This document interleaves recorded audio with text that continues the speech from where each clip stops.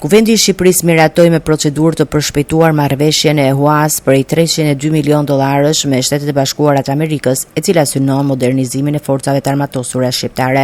Marrëveshja u miratua me 75 vota pro nga deputetët e mazhorancës, ndërsa qeveria i cilësoi financimin si një hap të rëndësishëm për rritjen e kapaciteteve ushtarake të vendit dhe për mbushjen e angazhimeve në kuadër të Aleancës së Atlantikut Veriut.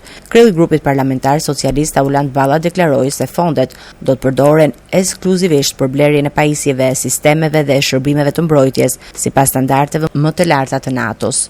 Ky financim do të përdoret ekskluzivisht për modernizimin e kapaciteteve të forcave tona të armatosura, përmes programit Foreign Military Sales, duke financuar pajisje, sisteme dhe shërbime të mbrojtjes sipas standardeve më të larta të NATO-s. Po kaq të rëndësishme janë dhe garancitë që ofron kjo marrëveshje për partnerin e Shtetet e Bashkuara të Amerikës, Shqipërinë tonë përbashkët. Financimi do të disbursohet gradualisht, vetëm sipas nevojave konkrete të Ministrisë së Mbrojtjes dhe pas miratimit të kontratave nga autoritetet amerikane. Shqipëria do të ketë 48 muaj për të angazhuar fondet e projektet e modernizimit. Kredia ka një afat maksimal shlyrje deri në 12 vjet, me mundësi periudhe grejs deri në 1 vit.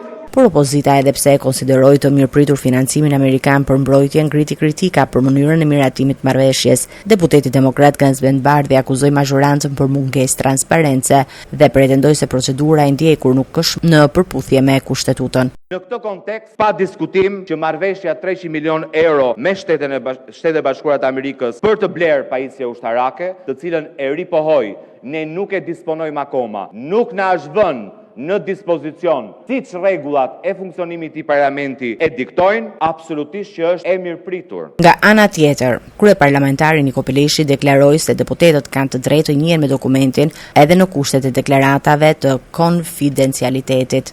Më thoni për çfarë ndërgjegje, nderuar kolegë mazhorancës, flisni ju kur sot ju kanë ftuar të votoni pa lexuar.